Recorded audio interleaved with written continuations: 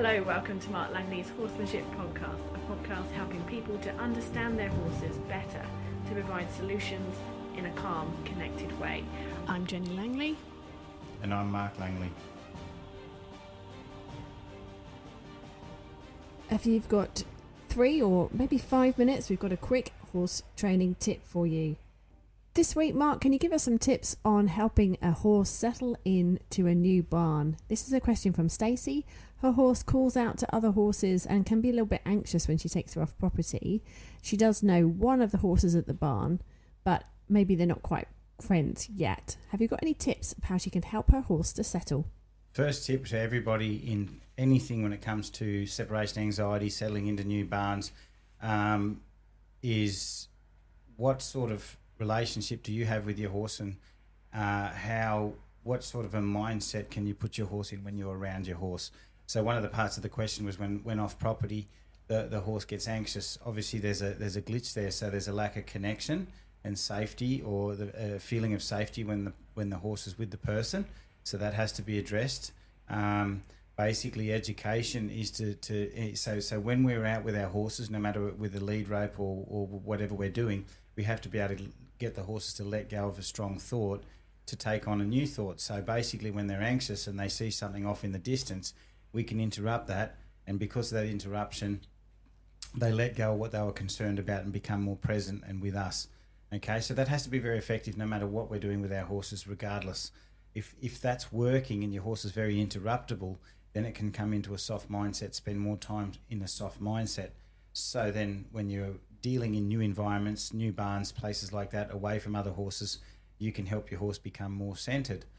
The second thing is if we educate our horses like that, they become better at letting go of things and being better at processing new environments. So a lot of times they actually can settle down and self-regulate anxiety and process new environments better because of the good education we've put into them. When it comes to sort of introducing them to new barns, there's always going to be a hassle there.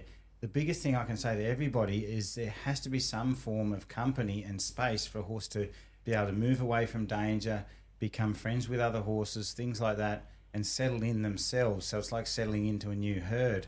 If you just take a horse out of one paddock and then put it into an isolation centre inside a barn, no horse is going to cope with that really well. And the only way you could get them to process that is by graded exposure, by leading them into a barn, getting them to process that environment, and be okay with it, and then take them out, much the same as teaching them to load onto a horse float or a trailer.